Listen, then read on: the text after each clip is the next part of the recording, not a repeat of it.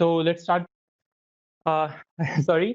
Hello again. I'm Shubham Singh, and I am representing as AWS Cloud Ambassador.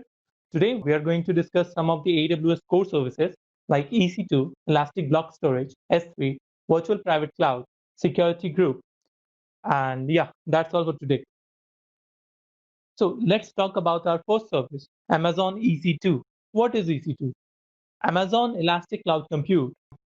I'll start by showing you some of the basic facts about the product and then move on to our lab where I'll demonstrate how you can build and configure your EC2 instance. Okay, so Amazon EC2 forms a central part of Amazon.com cloud computing platform, that is AWS. It allows users to rent virtual computers on which they can run their own applications, right? I'll give you an example. You run an application if you are a web developer or an application developer. You run it on your local machine, right? I'm a Node developer, so what I do whenever I have to create any Node application or React application, I used to create it on my local machine. A lot of resources are used, and sometimes there is a limitation of the resources. Like if you have just 4 GB of RAM. So yeah, earlier I used to have that. For all these situations, what you can do is you can rent the server from AWS and you can do all those things with a lot of ease. Okay, so what basically is Amazon EC2 instance? It is a central part of Amazon's cloud computing platform, and that allows users to rent virtual computers on which to run their own computer applications. There is a meaning of Elastic Cloud Compute. Okay, sorry, Elastic Compute Cloud.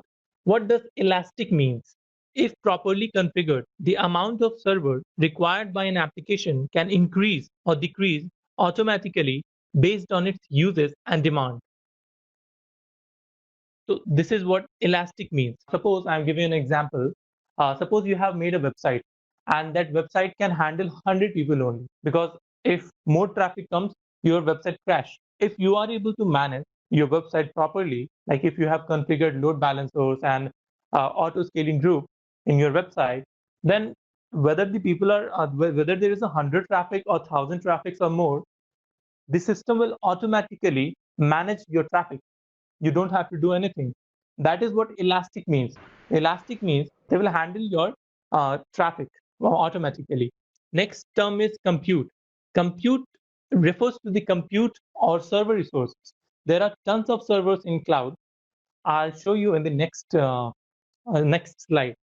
And the cloud, yeah, cloud refers to the fact these are the cloud hosted resources.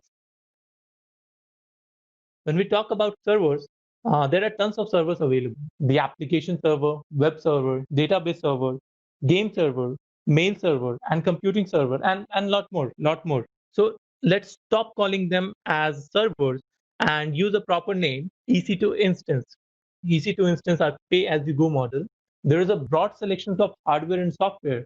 What that means is, like when you go to market to purchase a laptop, what you see that the laptop has 4 GB of RAM. Sorry, the laptop has 8 GB, 16 GB of RAM.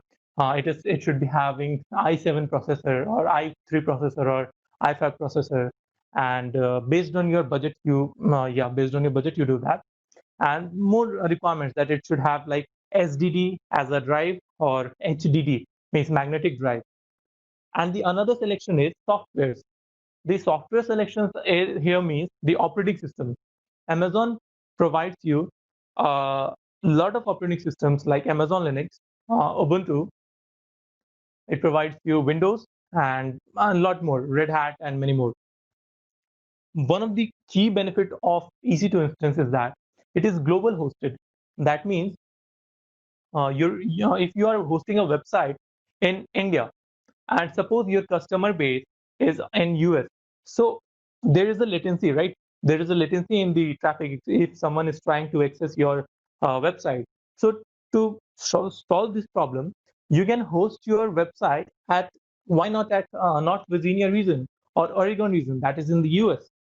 By doing so, it will actually decrease the latency of the access of your website, right? Some of the key benefits of AWS are, EC2 instance are, it is elastic web scale computing. As I've already said you, what the meaning of elastic is. It is completely controlled by you. Yes, it is a infrastructure as a service. And as Carl has yesterday mentioned you about infrastructure as a service, platform as a service, and software as a service.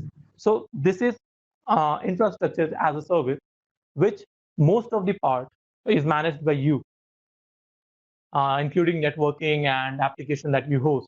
And some of the part, like the hardware configurations, are managed by AWS. It is reliable, it won't fail, it is secure. Again, this term is a little bit confusing. It is secure in terms that no one is going to, uh, sorry, steal from the data center your resources from data center, or if some natural disasters occurs in data center, then it is still you can find that your instance. That is the meaning of secure here, not your application, because it is infrastructure as a service. You have to handle the security of your application that you hosted on the instance. And yeah, it's very easy to start. You can connect with EC2 using Amazon Management Console, using AWS CLI, or using AWS SDK. uh, AWS CLI that we'll see, and AWS SDK is actually the it is based on programming part. Okay, like for if you are using if you are a Python developer or a Node developer, you can use AWS SDK to connect with different AWS resources, including EC2. Now let's have some lab. Guys, I have recorded the lab as there is not much time, so let's see the video that I have recorded for you. And yeah, definitely I'll explain the video, every part of the video. Okay, guys. Yeah. As yesterday I already said you to have an AWS Educate account. Go to the AWS Educate account and sign in. Enter your password and email that you have used to create your AWS account. Then move to AWS account section.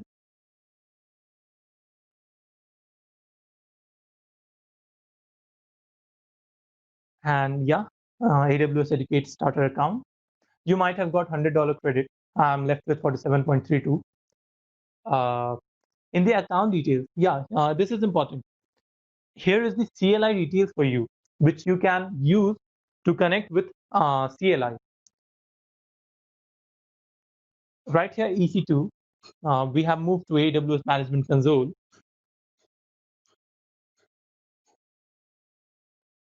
And select the region. There are many regions.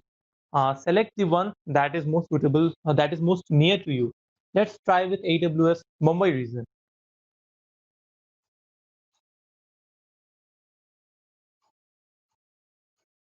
I want to show you there was a problem here when I tried with Mumbai region, and I was not knowing it earlier. But yeah, I recorded this because I want to show you.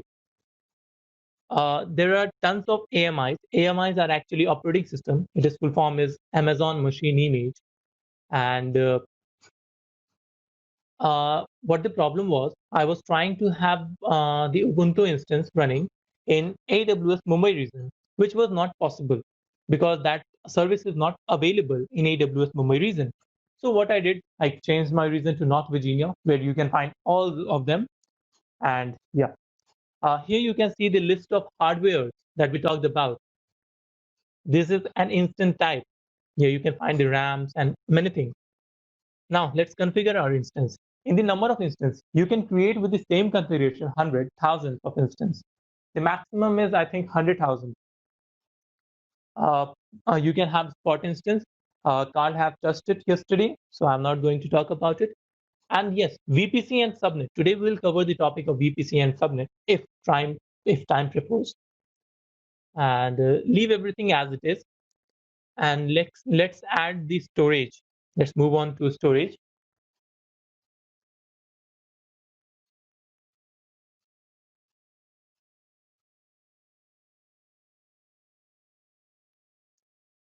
Okay, you can change the size whatever you want, and you can change the type of drive, like it is SSD general purpose or premium, or you want to use magnetic drive.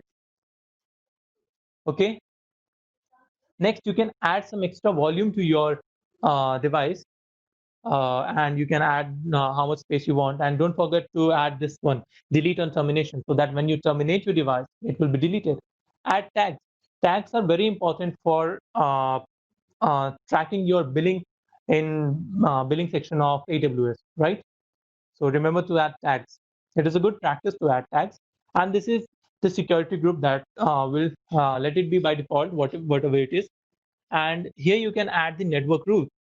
What this means is I can access my instance using SSH tunnel, or I can access this using HTTPS, since I have not given the permission right now, HTTPS, or using any TCP UDP protocols. There are tons of protocols available here. You can see that. But we'll go with just with simple what it is and review it, and let's launch it. Next, you'll ask to add a key pair. Create this key pair and download it.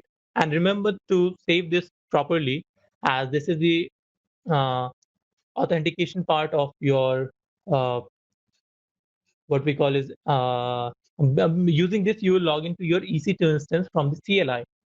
Okay, let's view your instance.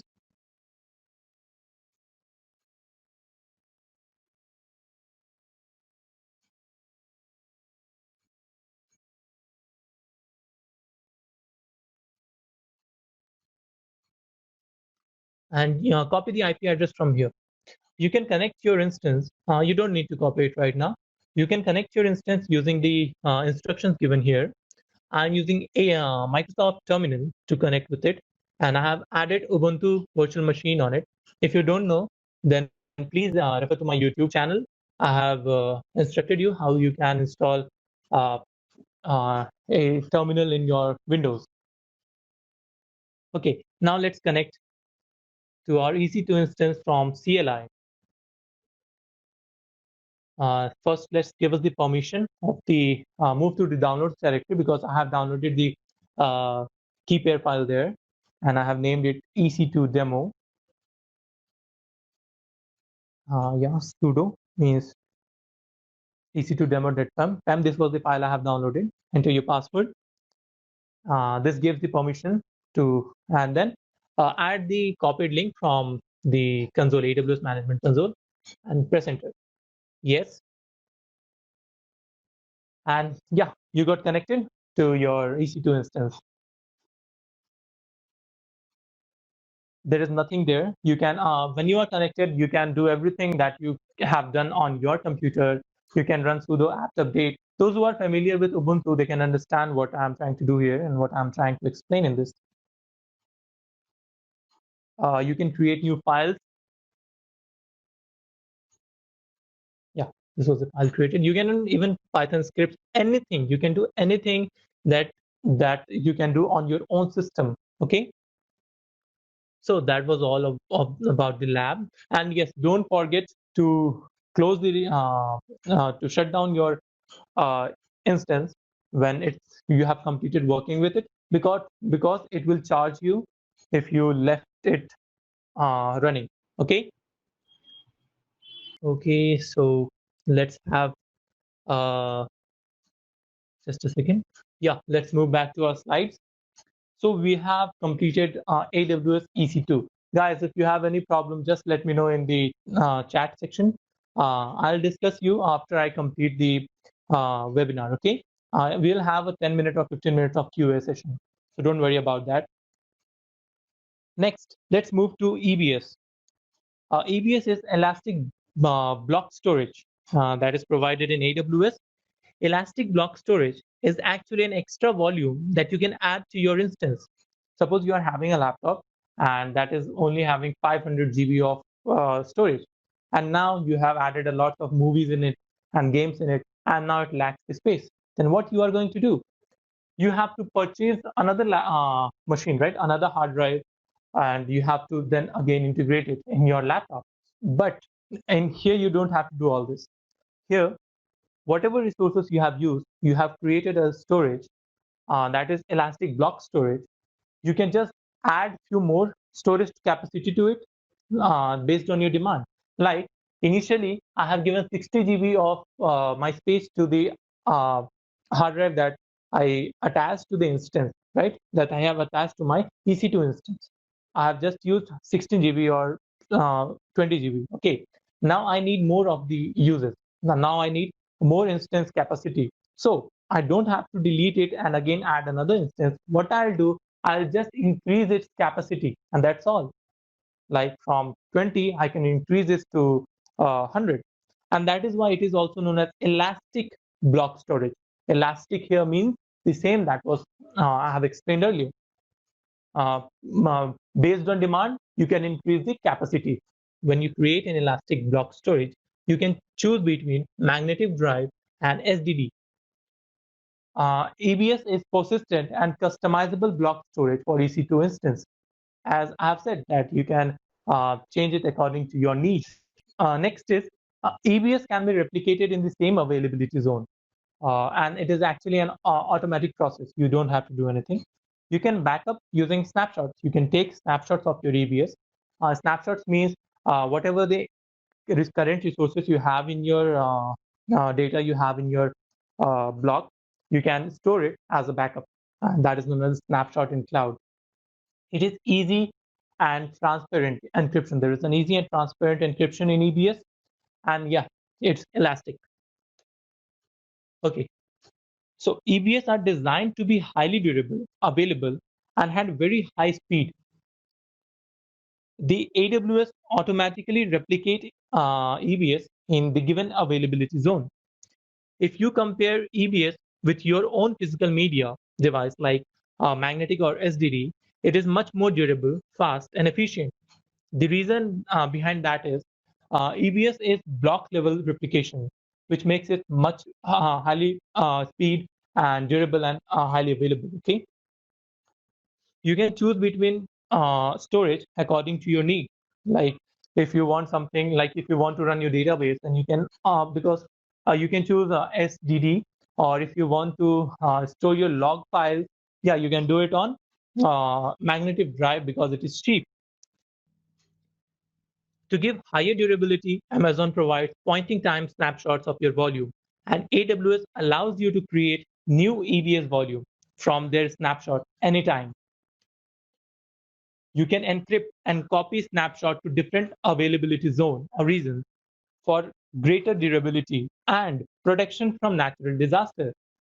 Suppose you are having an EBS volume in Mumbai region, and because you don't want your data to be lost due to earthquake or some natural disaster, what you have done, you have encrypted your data and you have transferred it to another region that is in North Virginia or Oregon or anywhere around the world. Okay, and guys, the most interesting thing is that you can have encrypted EBS at no additional cost. You don't have to pay anything for that.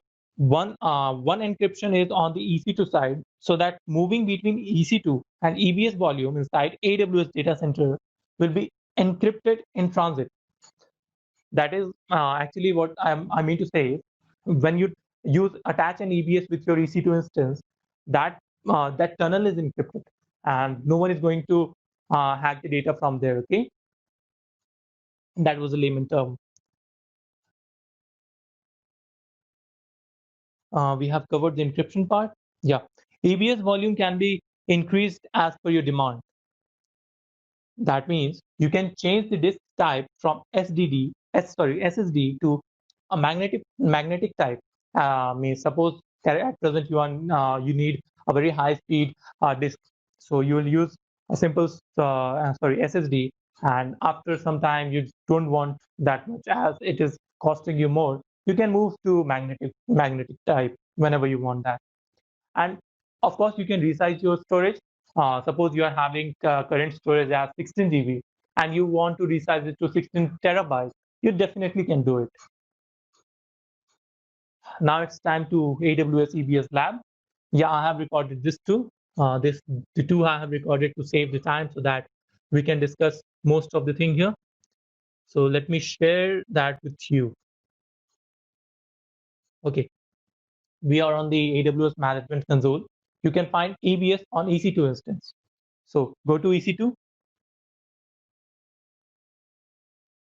and there you'll find the Elastic Block Store, right? Click on the volumes, and here are some of the EBS volume that I was using. You create a new one.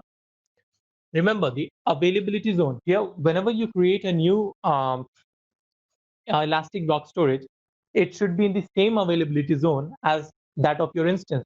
Suppose your instance is in US East 1A, then EBS must be created in US East 1A to link it with your instance. Okay.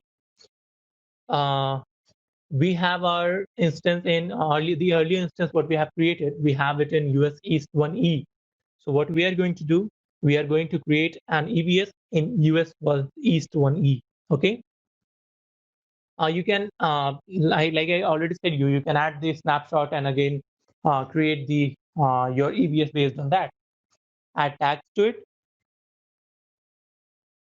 Let us call it as database volume or whatever you like, and give a value to it. So the tags are basically for you to track the monthly bills, I would say. And here you can see, just refresh the page.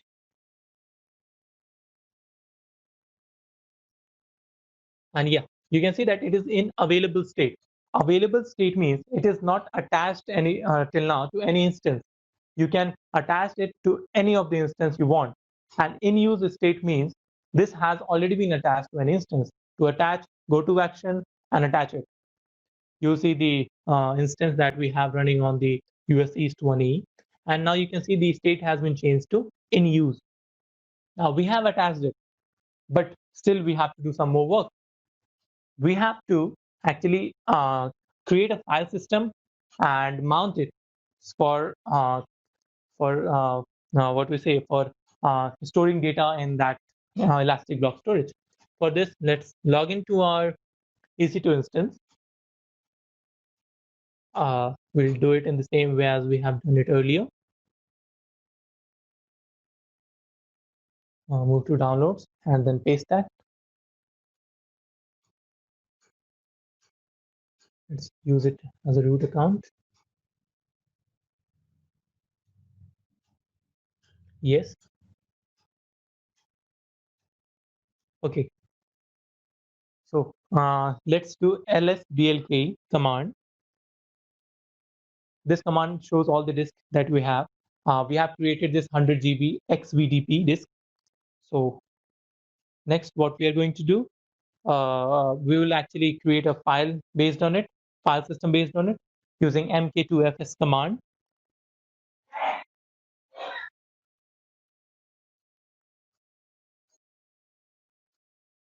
Okay, now when it's done, a file system will be created.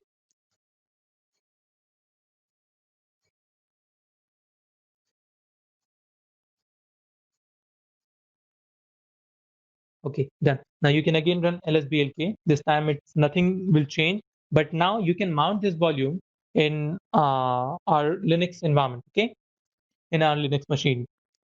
To mount, please write mount slash volume name, that is slash dev slash xvdp, and followed by slash mount.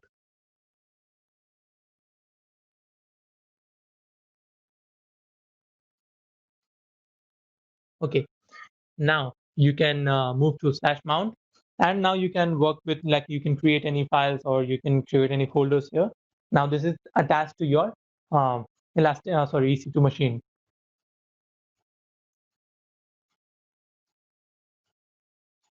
Okay, guys, that was all about EC2. I think we have spent half of time. We have to cut a lot of more resources. So next we'll talk about is AWS Simple Storage. Okay, and AWS Simple Storage S3. Yesterday, Carl have already touched some part of it, and today we'll try to create the resource here and see the lab work. Okay, let me discuss few of the points of AWS Simple Storage Service. Amazon S3 is fully managed cloud based on storage service. that provides simple API to manage data. S3 is not associated with any service, and you don't have to manage any infrastructure yourself. You can put as many subjects in S3, you can put as many objects in S3 as you want. S3 holds billions of objects and serves millions of requests per second. Objects can be any data like image, video, doc, PDF, logs, etc. It depends on what you want to uh, upload to it. S3 provides low latency access to data over the internet via simple call to its service using HTTP or HTTPS, or even you can use CLI or AWS CDK. You can fine grain control on who can access your data using uh, IAM. Actually, yeah, API calls are any API calls to any of the resources on AWS are managed by IAM, a pass through IAM. Okay. Okay. So to secure S3 to secure the data in your S3, first IAM, any API call have to pass through IAM. Second, you can set your S3 bucket policy. By default, it is set to private. No one can see your files in your bucket. And final level of encryption, secure of data is you can authorize your object that you put in the S3 bucket. And this is how your S3 URL look like, means object URL look like. There's a name of the object as a key, and first we have a bucket HTTPS bucket name followed by st.amazonaws.com and followed by name or key of your object. Uh, S3, the data in the S3 are auto-replicated in the given availability zone. Okay. So when you upload any file, it is automatically replicated. So so it is very much durable, and the durability is I think almost 90. I don't remember exactly. It was 99.9999%. Okay, yeah. You can connect with to S3 using AWS Management Console, AWS CLI, and AWS SDK. There are lots of use cases of S3. We'll discuss some of them. Okay, storing your application assets. Yes, you can store images, videos, and docs, etc. in S3. You can host a static website. I'll try to do it today. Let's see if I can do it. And then you can backup and disaster recovery. You can do backup and disaster recovery. It is a staging area for big data. What it means is it can be loaded into Redshift, processed in EMR, AWS EMR, or queried using AWS Athena. You can import or export a large volume of data using Snowball. And there are many more services. There are tons of services that you can use. In fact, you can sync your local storage, the local folder, with AWS so that whenever you put any data on your local folder, it is automatically uploaded to S3. And that you can use as you can see that when you use any application, you have a backup feature, right? Doesn't it work something like that? You can think about it. So guys, S3 lab. I have to do it along with you as I have not recorded this. I was not having time to do that. So let's have the S3 lab with you. Okay. I have, yeah, just go to S3. You can search S3 here and go to S3. S3 resources are hosted in a region. So you can select any region if you want. Okay. But remember, S3 names are globally unique. Create a bucket. Just click on create a bucket and S3 demo Shubham Singh. Shubham 2. Let this be the name and select the region you want to host your S3 to. I want to keep it as Northern Virginia region as all the services are available in this region. Next, you can configure your options. You can add key value if you want. Yes, this was the part what I was talking about. This is bucket level policy. Oh, sorry. Yeah, bucket level policy. By default, it is block all public access. Means no one can access your S3 resources outside of your AWS management console. So all the public access has been blocked. Let it be. The default one are mostly secure. And then create a bucket.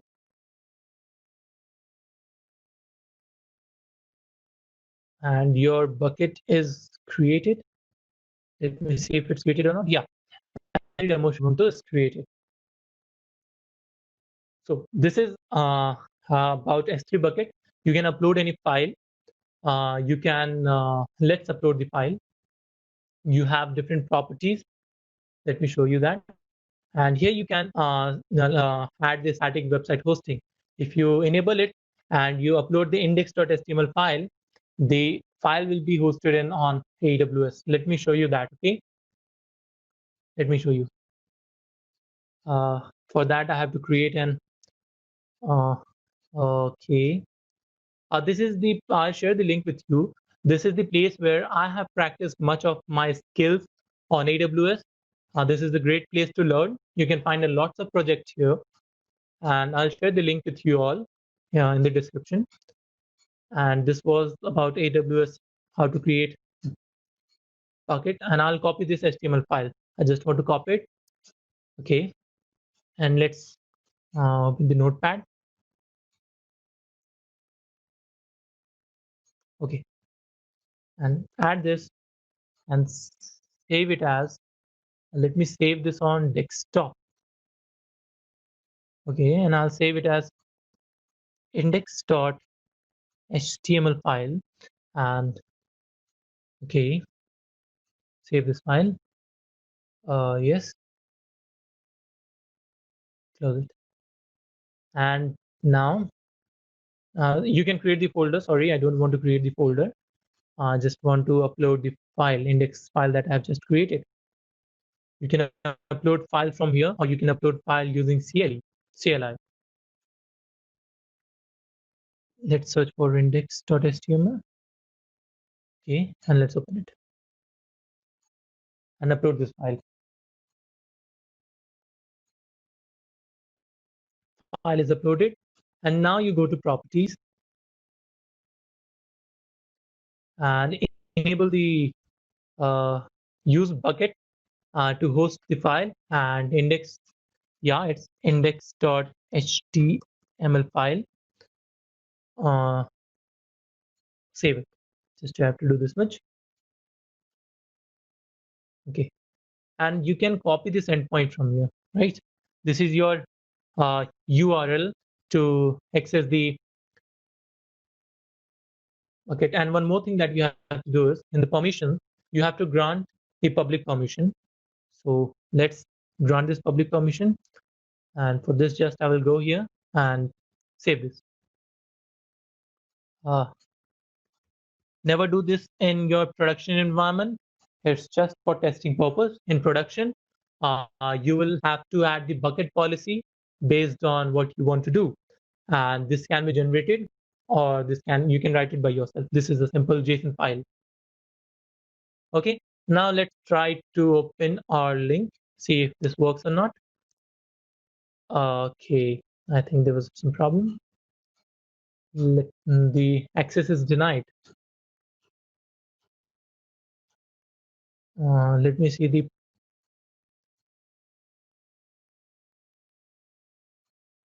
make public. Okay, now let's try to access this file. Yeah, we got it. And this was, I've not built a very good website, sorry for that. It's just a welcome to my website and now hosted on Amazon S3. So this is how you can host a static website. You can create a blog, your own blog, or you can create your own portfolio and you can host it on AWS S3 without doing much, okay? And in fact, let me see if in the next few days I'll get time. I'll teach you how you can host a website on EC2 instance, and that is going to be a dynamic website. And next, we move on to Amazon VPC. I think I don't have much time to cover the lab of this. So let's discuss and see if we get some time to cover the lab of this. This is some of the very important concepts of AWS networking. And when you have your own startup or you build your own business, this will be very handy for you. VPC stands for Virtual Private Cloud, and it enables you to launch AWS resources in a virtual network that you have defined. Okay, the virtual network closely resembles a traditional network that you had operated on your own data center, with the benefits of using the scalable infrastructure of AWS. Right? Let me explain this to you in layman terms. If you are having a company and you host some of the resources, like you host a you have a database server, like a database server, you have your application server, you have your uh, a web server, and different servers are there, right? Different instances are there. So what you can do, databases should not be accessed by publicly by anyone, right? It is private to your corporate, it is private to your business. So what you can do is you can add it in a private part, and the client side, the web server should be accessible to the internet. So all these things are looked after in a VPC. What you do, you just create a virtual private cloud, and you handle every resources in that. And VPC are created in a region, and it can be expanded to multiple availability zones. VPC supports a lot of services like Amazon EC2, Amazon EMR, RDS, and you can see a lot of them are there. Uh, okay. Earlier also in Amazon EC, when I was creating Amazon EC2, I know that you remember or not. We have selected a default VPC, and we have selected a default security group, right? And I have said you that we will touch it later in this session. The key concept: virtual private cloud or virtual private network is dedicated to your own AWS account. Subnet, a range of IP address in your VPC. Suppose that you have a company and you have 1,000 computers, and each computer, it is known as host.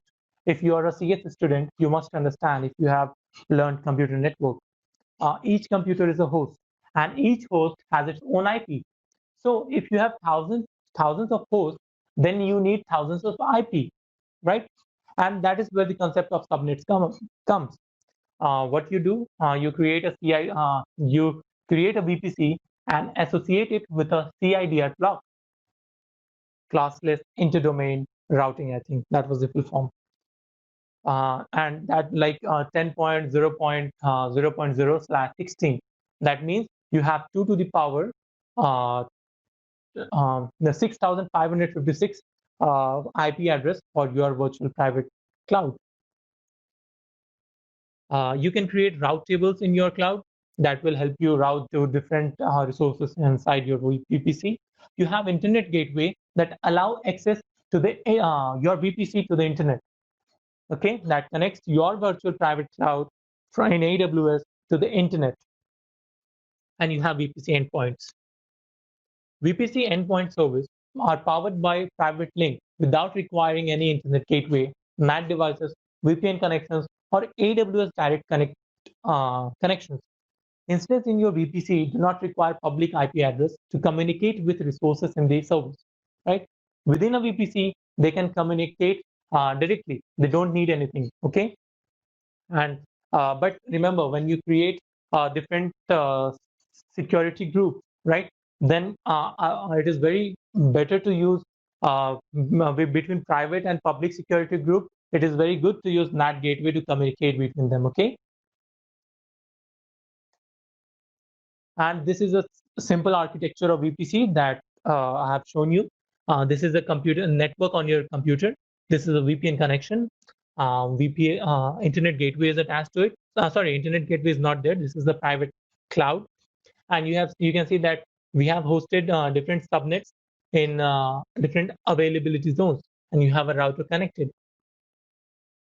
I could have done better than this, but because lack of time, I was not able to create a good infrastructure diagram. Sorry for that.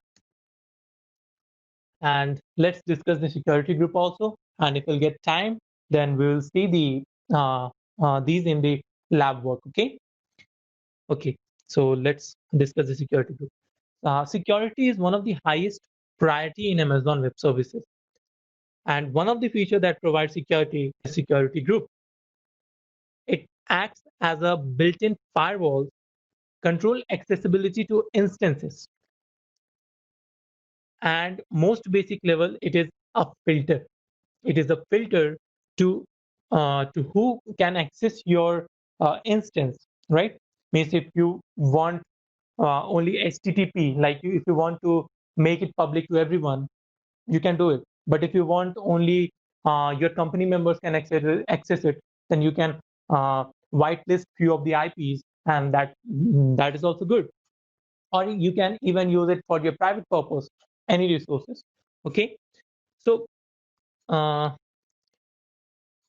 rules can be like keeping completely private or keeping completely public or somewhat between public and private.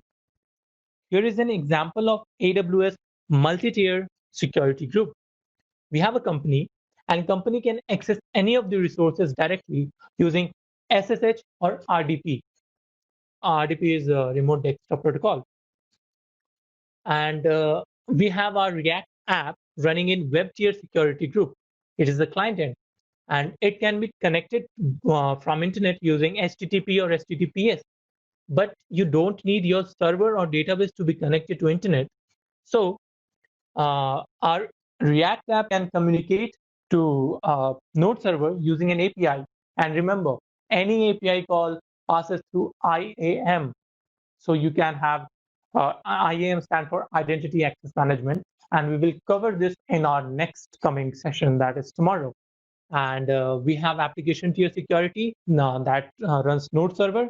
And we have database tier security group that runs your database server. Okay, guys, this was all of the slides. Okay, I think there's a network problem on my end. So, guys, let's have the. I'll cover this part in tomorrow's session. So let's discuss. Have a quick Q&A session for now, and you can ask any question if you have, please. Won't CMD prompt suffice? I don't understand that actually. What you want to say? And is Carl with us? No, Carl is not here. Okay. Can you please explain your question, Soumya? I don't understand it. What it means? Won't CMD suffice? Okay, sure. Devansh has asked if you can tell more users of S3. Yeah, why not, Devansh? We can, like, what you want to know. Like we can host a website on it. We can connect. We can deal with big data part, right? We can directly query it. Like you store the values in database, right? And database have tables, or in NoSQL have documentary format, and then you query something from it.